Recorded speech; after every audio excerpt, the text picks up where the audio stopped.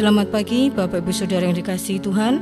Sebelum mendengarkan berita gereja Minggu pada pagi hari ini tanggal 17 Januari 2021, mari kita memuji Tuhan di dalam Kidung Jemaat nomor 15 bait yang pertama.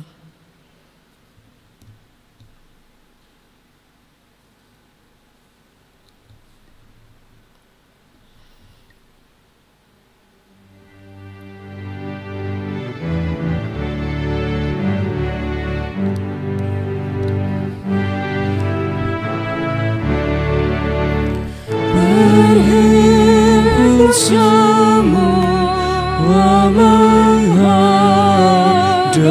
Tuhan dan pujilah Dia pemurah benar. Berakhirlah segala pergumulan, diganti kedamaian yang besar.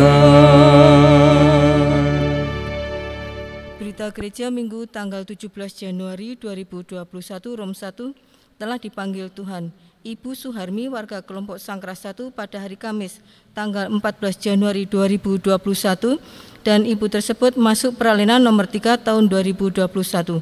Mohon dukungan kekuatan dan penghiburan untuk keluarga yang ditinggalkannya. Rom kedua, undangan. Rapat pleno majelis pada hari ini, Minggu, tanggal 17 Januari 2021, pukul 10 di Gereja Induk Porodenengratan, kepada seluruh anggota majelis GKJ Ngandaan Solo Timur dimohon untuk dapat hadir. Yang menghantarkan khotbah pada hari ini, Bapak Pendeta Wijayanto Dwi Nugroho SSI, organisnya Mbak Dita, pemandu pujian Mbak Santi sama Mas Bram, petugas live streaming, tim multimedia. Demikian berita gereja Minggu tanggal 17 Januari 2021.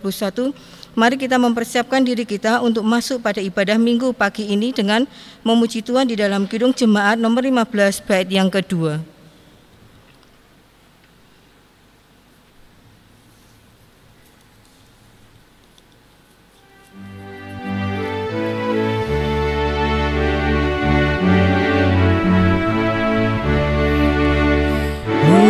Hormati namanya serta kenangkan mujizat yang sudah dibuatnya. Hendaklah terus syukurmu kau nyatakan di jalan hidupmu seluruhnya.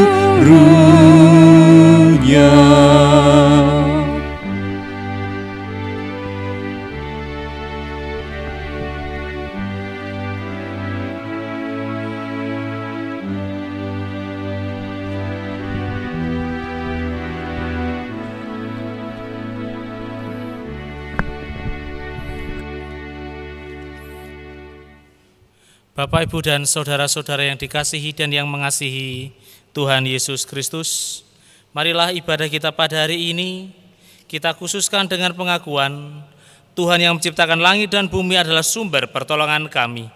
Kasih karunia dan damai sejahtera dari Allah Bapa kita dan Tuhan Yesus Kristus ada pada saudara sekalian. Amin.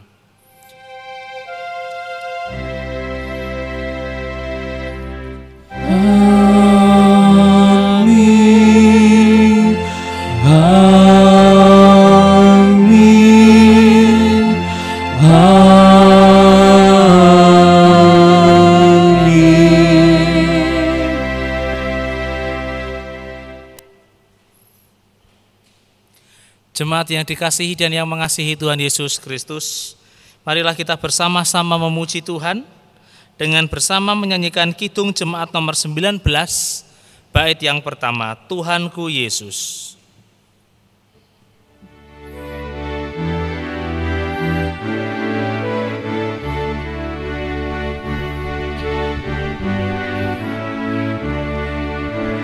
Tuhanku Yesus, Raja alam raya, Allah dan manusia. Kau ku kasihi, kau junjunganku, bahagiaku yang bakal.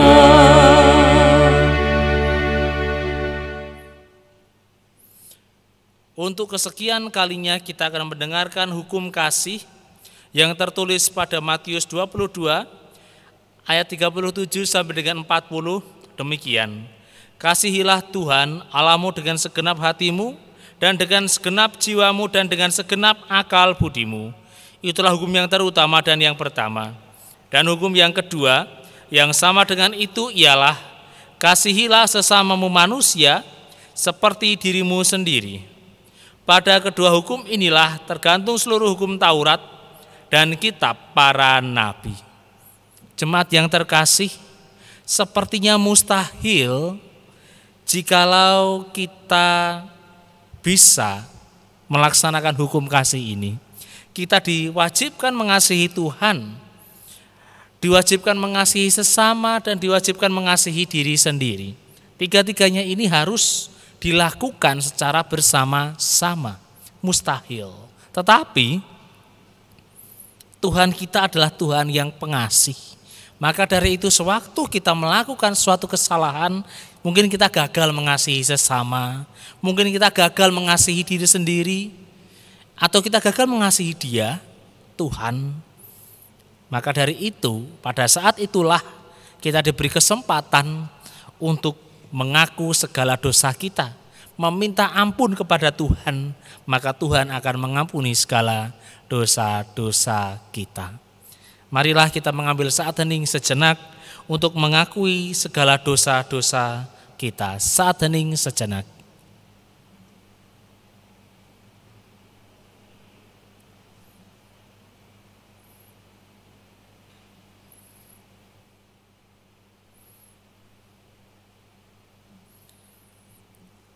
Kidung Jemaat 28 bait yang pertama, mari kita pujikan.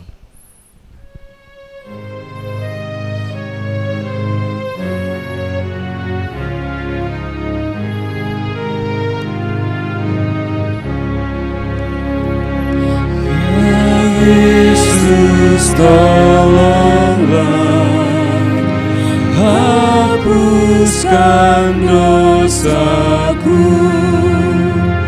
dan dari nafsu dunia lepaskan hamba-Mu. Mari kita bangkit berdiri menyambut berita anugerah dan petunjuk hidup baru dari Tuhan yang diambil Yesaya 50 ayat yang keempat demikian. Tuhan Allah telah memberikan kepadaku lidah seorang murid, supaya dengan perkataan aku dapat memberi semangat baru kepada orang yang letih lesu. Setiap pagi ia mempertajam pendengaranku untuk mendengar seperti seorang murid. Jemaat yang terkasih, dalam Yesaya ini Tuhan Allah berkata bahwa kita semua haruslah mempunyai lisan yang dapat membangkitkan hati yang patah, jiwa yang lesu, dan kita diberikan telinga untuk belajar dan selalu memahami. Maka dari itu kita harus tetap melakukan sesuatu hal yang baik dalam hidup kita, walaupun itu hanya dengan lisan kita.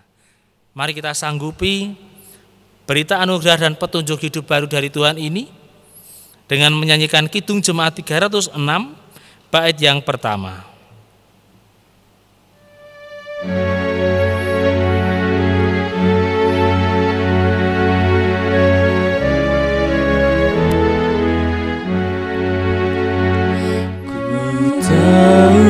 Tuhanku, Engkau milikku, Engkau pilihanku,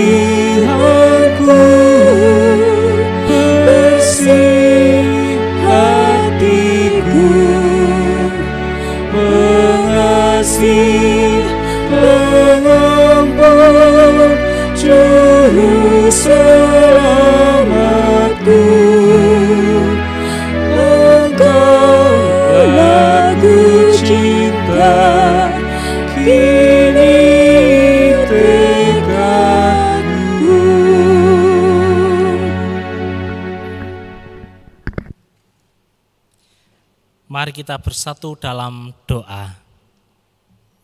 Allah kami yang rahmani, yang kami sembah di dalam nama Tuhan Yesus Kristus. Kami mengucap syukur ya Tuhan atas berkat yang boleh kami terima. Engkau telah menuntun kami supaya kami dapat mengikuti jalannya ibadah streaming ini. Sekarang ya Tuhan, kami akan mendengarkan firman-Mu. Kiranya Engkau berikan kami hikmat supaya kami dapat mengerti mengenai firman-Mu, dan kami dapat melaksanakan firman-Mu dalam kehidupan kami. Kami mohon ya Tuhan, dalam Kristus Allah kami yang hidup, kami berdoa dan mengucap syukur. Amin.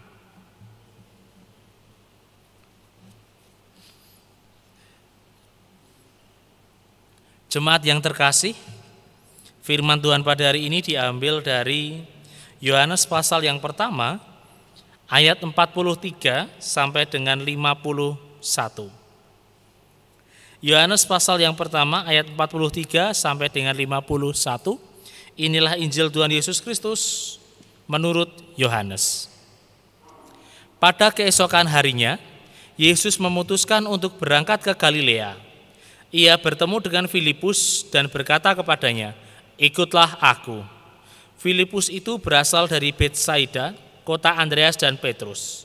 Filipus bertemu dengan Natanael dan berkata kepadanya, "Kami telah menemukan Dia yang disebut oleh Musa dalam kitab Taurat dan oleh para nabi, yaitu Yesus anak Yusuf dari Nazaret." Kata Natanael kepadanya, "Mungkinkah sesuatu yang baik datang dari Nazaret?" Kata Filipus kepadanya, "Mari, lihatlah." Yesus melihat Natanael datang kepadanya, lalu berkata tentang dia, "Lihatlah, inilah orang Israel sejati, tidak ada kepalsuan di dalamnya." Kata Natanael kepadanya, "Bagaimana engkau mengenal aku?" Jawab Yesus kepadanya, "Sebelum Filipus memanggil engkau, aku telah melihat engkau di bawah pohon ara." Kata Natanael kepadanya, "Rabi, engkau anak Allah, engkau raja orang Israel." Yesus menjawab katanya, "Karena aku berkata kepadamu, aku melihat engkau di bawah pohon ara, maka engkau percaya. Engkau akan melihat hal-hal yang lebih besar daripada itu." Lalu kata Yesus kepadanya, "Aku berkata kepadamu, sesungguhnya engkau akan melihat langit terbuka dan malaikat-malaikat Allah turun naik kepada Anak Manusia." Yang berbahagia dalam mendengarkan firman Tuhan dan yang melaksanakannya. Haleluya. Amin.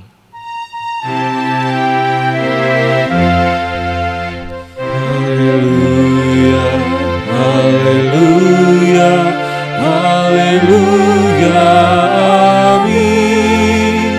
Haleluya, haleluya, haleluya, amin. Jemaat yang terkasih, Shalom Alaihim. Alaihim Shalom. Nah, Bapak Ibu dan saudara-saudara terkasih, tema kita pada hari ini ialah berkata dan berkarya menyatakan kebenaran. Nah, jelas sekali kita berkata dan berkarya itu mempunyai tujuan. Tujuannya ialah menyatakan kebenaran. Tujuannya menyatakan kebenaran. Nah, dalam menyatakan kebenaran itu gampang-gampang sulit, Bapak Ibu saudara terkasih. Gampang-gampang sulit, terkadang apa yang kita katakan, apa yang kita lakukan itu dianggap tidak benar oleh orang lain. Mengapa demikian? Nah, dari sini kita akan belajar mengapa apa yang kita lakukan, kita katakan itu malah disalah artikan oleh orang lain. Nah, Bapak Ibu dan saudara-saudara yang dikasihi dan yang mengasihi Tuhan Yesus Kristus, pada Yohanes pasal yang pertama ayat 43 sampai dengan 51 ini diceritakan Yesus memanggil Filipus. Nah, dalam perjalanan menuju ke Galilea, Yesus bertemu dengan Filipus dan Yesus memanggil Filipus untuk menjadi muridnya dengan cara mengajak Filipus hanya dengan 2 kata, ikutlah aku. Lalu tergeraklah hati Filipus. Saat itu juga Filipus mengikuti Yesus. Filipus ini mempunyai seorang teman yang bernama Natanael. Filipus mengatakan kepada Natanael bahwa ia sudah menemukan seseorang yang tercatat dalam kitab Musa dan kitab-kitab Taurat. Dia adalah Sang Mesias, yaitu Yesus. Dia dari Nazaret. Itu kata Filipus kepada Natanael. Lalu Natanael sedikit sangsi. Dapat kita lihat dari pernyataan Natanael. Loh, dari Nazaret, apakah ada hal yang baik yang berasal dari Nazaret? Mengapa Filipus berkata demikian? Nah, perlu diketahui Bapak Ibu, Nazaret itu seperti kalau di zaman sekarang seperti sebuah kecamatan, ya, suatu daerah kecamatan yang tidak terlalu besar, tidak terlalu kecil, ini mempunyai taraf pendidikan yang cukup rendah pada waktu itu. Banyak orang-orang kalangan kelas menengah ke bawah yang tinggal di Nazaret. Nah, tentunya karena kualitas pendidikan yang rendah, tentunya juga kualitas kehidupan mereka juga tidak begitu tinggi. Maka dari itu Natanael memandang sebelah mata, memandang Yesus sebelah mata karena dia berasal dari Nazaret. Lah, masa ada hal yang baik dari Nazaret? Masa orang Nazaret yang notabene standar pendidikannya rendah itu kok malah menjadi seorang Mesias? Masa sih Mesias dari Nazaret dan sebagainya? Nah, kemudian Yesus datang kepada Natanael dan berkata, loh, inilah orang Israel sejati, tidak ada kepalsuan di dalamnya. Yesus melihat dalam diri Natanael, loh, ini loh orang Israel sejati. Dan Yesus mengatakan itu kepada Natanael, tetapi Natanael belum percaya bahwa dia adalah Mesias, walaupun Yesus sudah melihat pribadi Natanael tanpa Natanael berkata-kata satu kata pun. Yesus sudah tahu, tapi Natanael belum percaya pada waktu itu. Natanael meminta tanda satu lagi dengan suatu pertanyaan. Lalu Yesus menjawab, sebelum Filipus datang ke sini, sebelum kita bertemu, aku sudah melihatmu sewaktu kamu berada di bawah pohon ara. Dari situ Natanael kaget, loh, sejak kapan dia tahu? Yang pertama, aku adalah orang Israel sejati yang tidak mempunyai kepalsuan di dalam diriku. A yo A, B yo B. 1, 2, kenapa dia tahu aku tadi berada di bawah pohon ara? Apakah dia menerawangku dan sebagainya? Dari situ Natanael baru percaya bahwa Yesus adalah Mesias. Nah, Bapak Ibu dan saudara-saudara yang dikasihi dan yang mengasihi Tuhan Yesus Kristus, yang dilakukan Yesus ini berbeda. Ia melakukan sesuatu hal yang beda terhadap orang yang berbeda juga. Kepada Filipus, Yesus hanya mengajak, mari ikut aku. Kepada Natanael, cara itu tidak diterapkan kepada Natanael. Yesus menggunakan cara yang lain. Yang pertama, membuka pribadi Natanael. Yang kedua, mengatakan apa yang Natanael sudah lakukan dalam hidupnya. Baru Natanael percaya. Filipus baru diajak saja sudah percaya. Natanael diajak belum tentu percaya.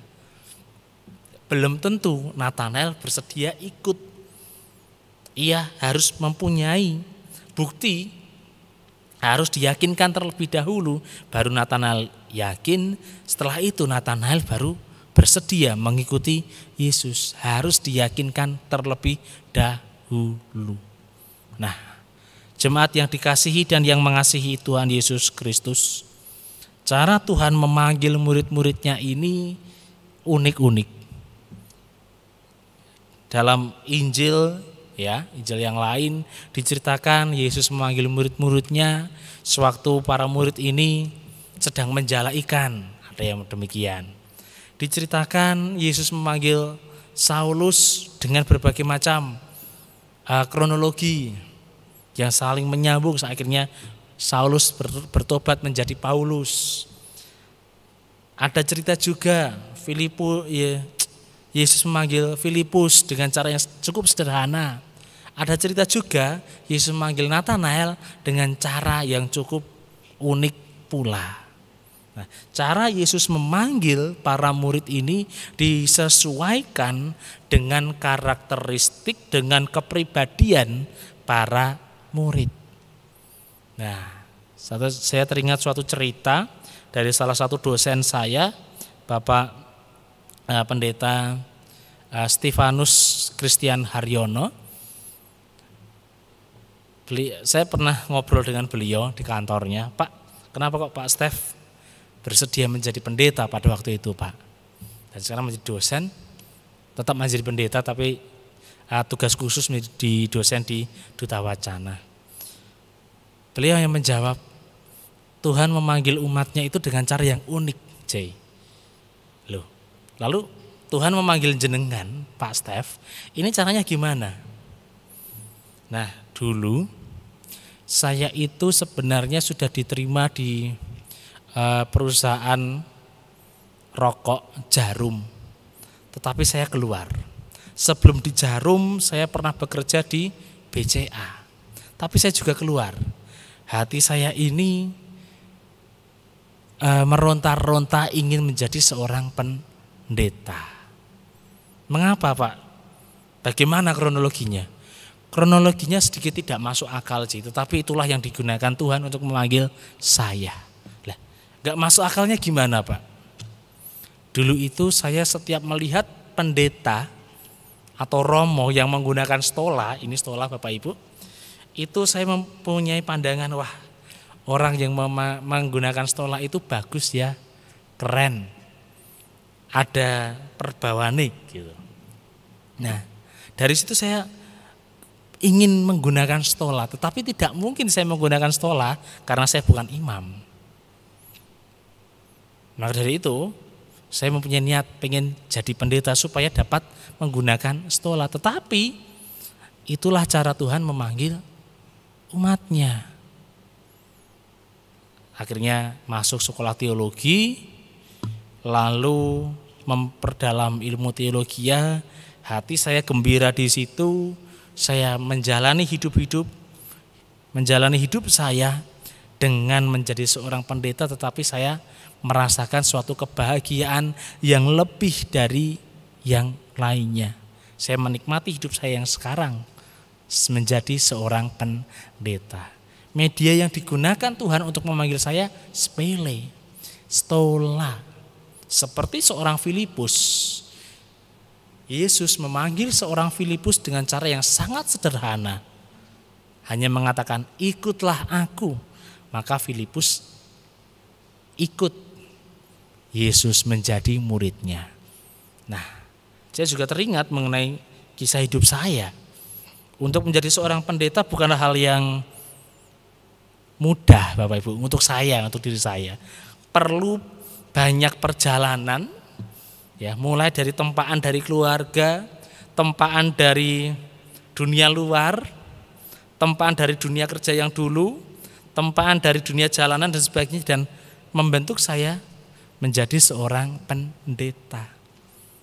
Cara hidup saya, ya, cara Tuhan memanggil saya itu berbeda dengan cara Tuhan memanggil senior saya yang lain. Nah, Bapak Ibu dan saudara-saudara yang dikasihi dan yang mengasihi Tuhan Yesus Kristus, Tuhan Yesus memanggil murid-muridnya dengan cara yang berbeda-beda sesuai dengan karakteristik para murid. Lalu apa hubungannya kita, ibadah kita hari ini dengan tema berkata dan berkarya menyatakan kebenaran. Nah, dalam menyatakan kebenaran ini gampang-gampang susah seperti yang saya katakan tadi. Kita mengatakan suatu kebenaran mempunyai tujuan yang baik, tetapi tujuannya itu tidak ditangkap dengan baik. Akhirnya kita mendapatkan musuh. Kita melakukan sesuatu yang baik ya dalam hidup kita, tetapi akhirnya ada orang yang membenci kita. Apakah yang salah? Ya mungkin cara kita yang salah. Cara kita menyatakan kebenaran, cara kita berkarya untuk mewujudkan kebenaran itu ada yang salah. Di mana yang salah? Kebenaran tetaplah kebenaran. Kesalahan tetaplah kesalahan. Yang menjadi titik permasalahan ialah cara kita. Cara kita berhubungan dengan objek orang yang akan kita hadapi. Kalau kita mempunyai suatu konsep ya, suatu kotak ini harus dibuka dengan cara apa? Kalau kita mempunyai konsep seperti tukang batu yang hanya mempunyai palu, membuka kotak harus dipukul dengan palu. Tetapi tidak harus dipukul dengan palu sebenarnya Bapak Ibu. Membuka kotak itu dapat juga dicongkel dengan obeng, bisa. Membuka kotak bisa juga dengan cara dibuka menggunakan kunci dari kotak tersebut. Kalau kita menggunakan pola pikir seperti tukang batu, membuka kotak dengan palu, ya kotak tersebut akan rusak. Sama seperti kita jikalau kita menyatakan kebenaran dengan cara yang salah, kebenaran tidak akan ditangkap. Pesan yang baik akan menjadi pesan yang jahat. Itu kalau kita menggunakan cara yang salah. Berbeda jikalau kita menyatakan kebenaran dengan cara yang baik dan tepat. Seperti seorang tukang kunci tadi, membuka kotak dengan kunci untuk membuka kotak tersebut. Kotak tersebut terbuka, kita dapat membuka kotak itu, dapat mengambil isi dalam kotak itu dan kita tidak merusak kotak tersebut. Nah, demikianlah cara kita harus menyatakan kebenaran, harus mempunyai cara yang tepat. Cara yang tepat ini disesuaikan dengan setiap orang yang kita hadapi, itu berbeda-beda. Kalau seandainya kita berhadapan dengan orang yang keras, ngeyel, ya, seperti saya mungkin, dibalas dengan keras dan ngeyel, batu ketemu batu Bapak Ibu. Akan ada benturan, tumbukan, bahkan percikan api. Jikalau kita bertemu dengan orang yang keras, ngeyel, ya jangan kita lawan dengan kekerasan. Lawanlah dengan kelemah lembutan, dengan suatu yang lembut, suatu yang lunak, maka dia akan melunak pula. Atau kita bertemu dengan seseorang yang halus, lembut, seperti tanah liat. Kita mempunyai watak yang seperti batu. Apa yang terjadi? Tanah liat tersebut hancur. Ya bersyukur tanah liat dapat dibentuk lagi. Kalau seandainya dia adalah diibaratkan seperti sebuah gerabah, kita adalah benda keras, batu. Apa yang terjadi? Gerabah tersebut bisa hancur berkeping-keping. Nah, Bapak Ibu dan saudara-saudara yang dikasihi dan yang mengasihi Tuhan Yesus Kristus, berkata dan berkarya mempunyai tujuan menyatakan kebenaran. Itu adalah hal yang baik, tujuan yang baik. Tetapi tujuan yang baik dapat saja menjadi hal yang buruk jikalau kita mempunyai cara yang salah. Maka dari itu, milikilah cara yang benar dalam berkata, milikilah cara yang benar dalam berkarya. Berkata dengan seorang tua, berkata dengan seorang teman, berkata dengan sahabat, berkata dengan orang yang keras, berkata dengan orang yang lembut, itu berbeda-beda. demikian juga berkarya. Bekerja sama, berkarya dengan seorang konseptor itu tidak bisa disamakan dengan bekerja sama dengan seorang pekerja. Konseptor ya caranya bekerja ya hanya membuat suatu konsep. Untuk melakukan suatu konsep tersebut kita memerlukan seorang pekerja yang memahami konsep tersebut dan merealisasikan konsep tersebut. Konseptor disuruh merealisasikan konsepnya, ya ada sih yang bisa, tetapi tidak semua konseptor dapat melakukan hal demikian. Nah, Bapak Ibu dan saudara-saudara yang dikasihi dan yang mengasihi Tuhan Yesus Kristus, Tuhan mempunyai cara yang berbeda-beda dan yang unik untuk memanggil setiap murid-muridnya, memanggil setiap hambanya. Kita pun juga harus mempunyai cara yang berbeda-beda dalam berkata dan berkarya, yang mempunyai tujuan menyatakan kebenaran. Jangan cukup hanya mempunyai satu kacamata, jangan cukup hanya mempunyai satu alat untuk menyelesaikan suatu masalah. Kita harus mempunyai berbagai macam alat untuk menyelesaikan satu masalah. Satu alat yang kita gunakan tidak cocok, kita ganti alat yang lain. Jikalau kita tetap memaksakan alat tersebut, ya benda yang kita kerjakan tentu saja akan rusak. Demikian juga perkataan kita, demikian juga orang lain, demikian juga pekerjaan kita. Kita harus menemukan berbagai macam cara untuk menghadapi pekerjaan kita, menyelesaikan pekerjaan kita, untuk berkata-kata dengan orang yang berbeda-beda pula. Mari kita berkata dan berkarya menyatakan kebenaran dengan cara yang baik, dengan cara yang tepat, sehingga kebenaran itu dapat bertumbuh di sekitar kita. Amin. Saat hening sejenak.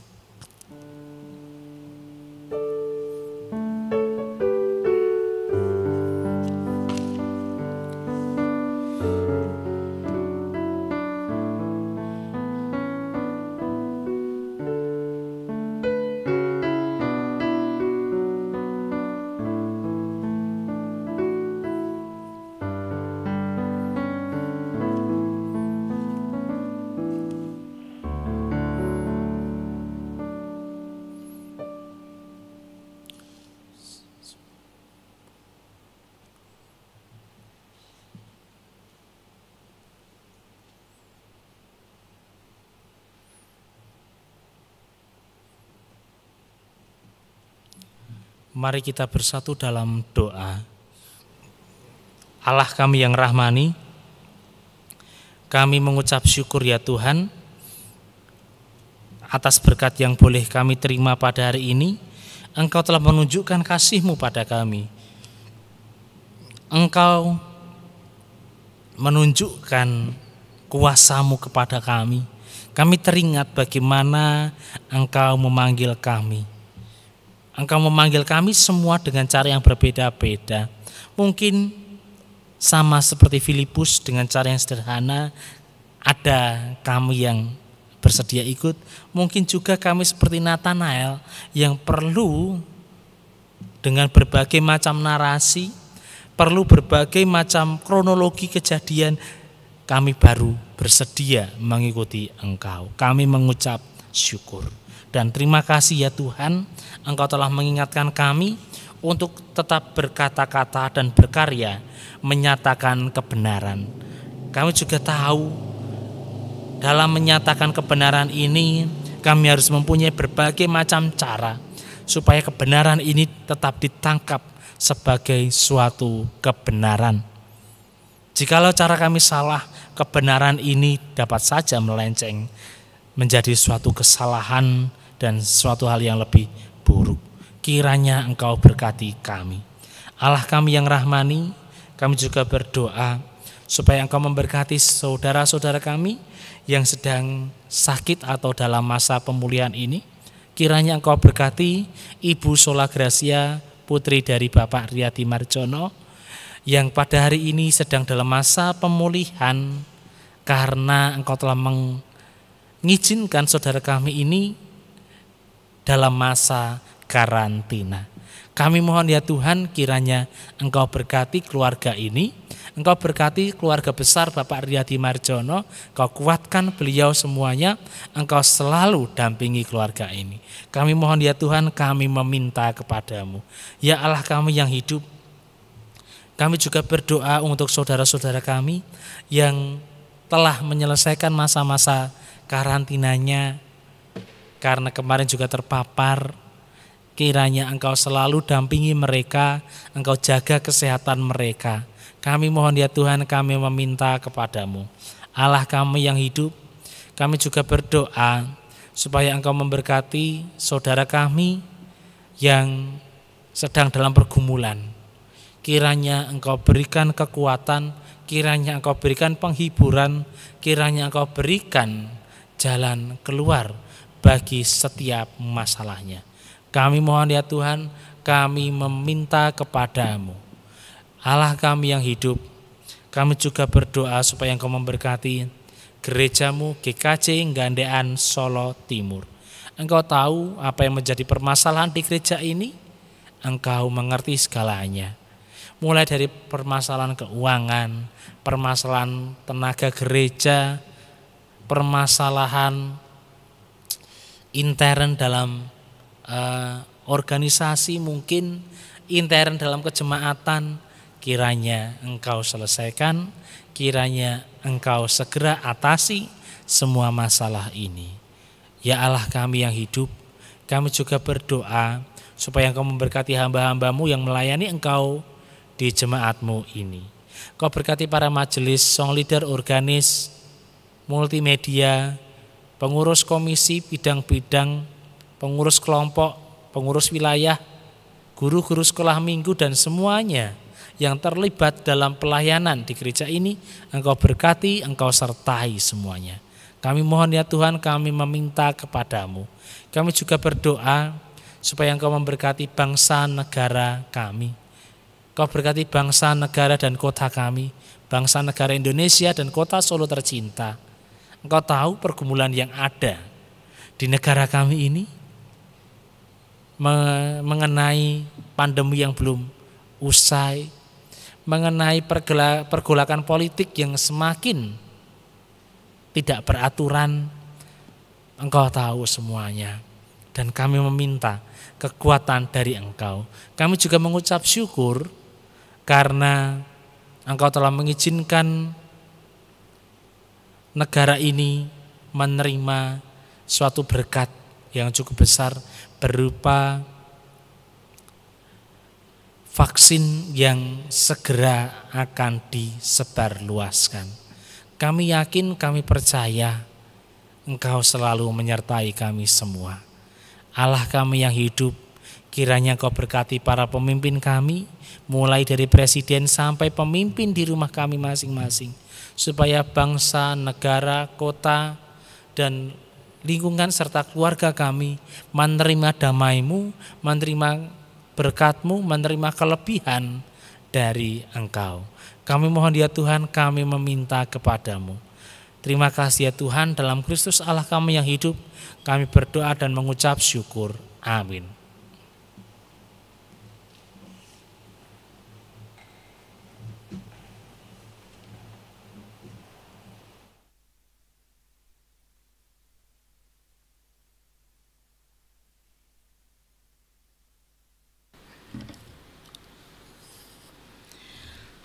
Bapak, Ibu, dan saudaraku yang terkasih dalam Tuhan Yesus Kristus, saat ini kita diberi kesempatan untuk mengucap syukur kepada Tuhan, yaitu dengan persembahan. Sekalipun gereja kita masih dalam ibadah online, tetapi persembahan Bapak Ibu bisa diberikan melalui majelis pamong wilayahnya masing-masing, ataupun juga langsung diberikan ke kantor gereja. Sebagai dasar persembahan pada hari ini terambil dari Lukas 21 ayatnya yang keempat yang demikian. Sebab mereka semua memberi persembahannya dari kelimpahannya, tetapi janda ini memberi dari kekurangannya, bahkan ia memberi seluruh nafkahnya. Untuk mengiringi persembahan kita akan pujikan Kidung Jemaat 344 bait yang pertama, Ingat akan nama Yesus.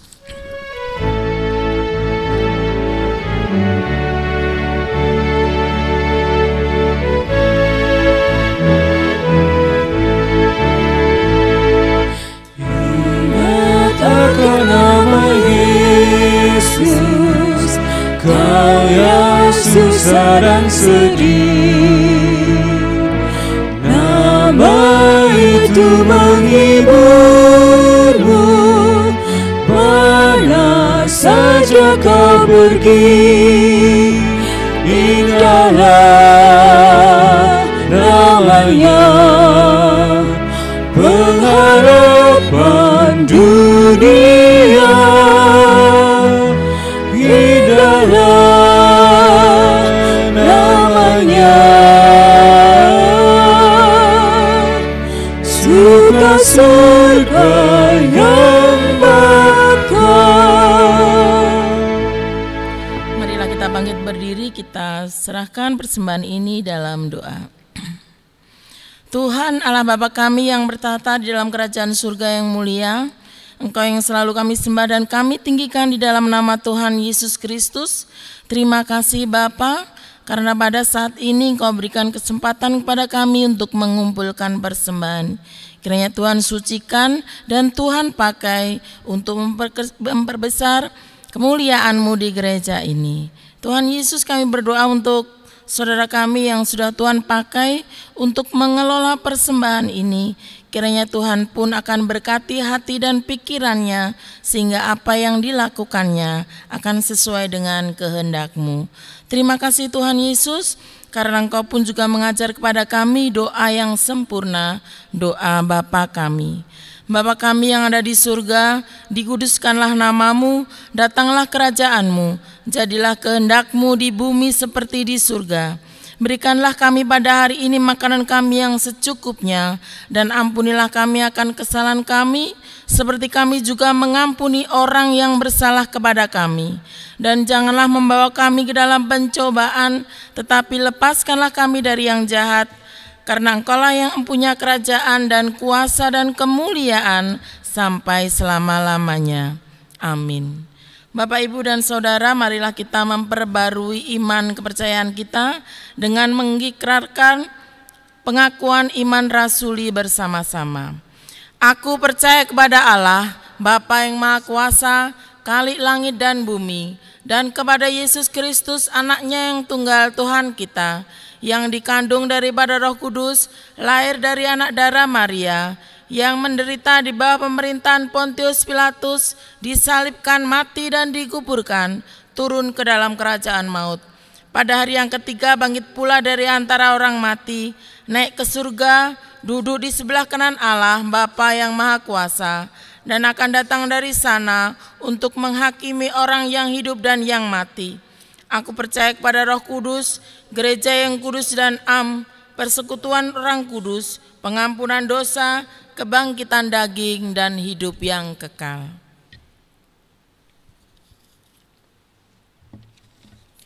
Jemaat yang dikasihi dan yang mengasihi Tuhan Yesus Kristus, marilah kita menerima pengutusan dari Tuhan dengan menyanyikan Kidung Jemaat 376 bait yang pertama.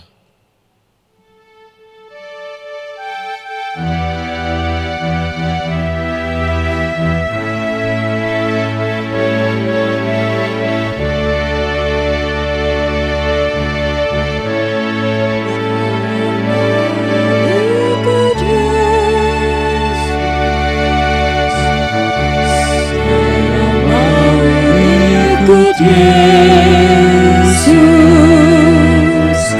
sampai selama-lamanya, meskipun saya susah menderita dalam dunia,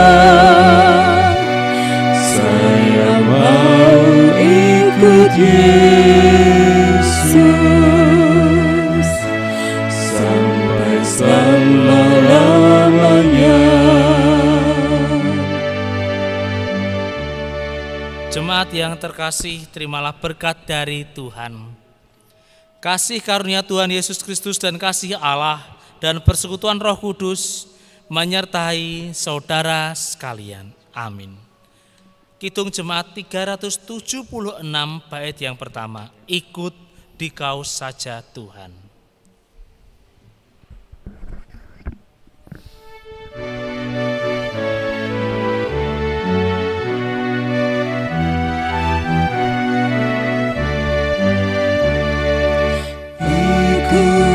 Kau saja Tuhan, jalan damai bagiku.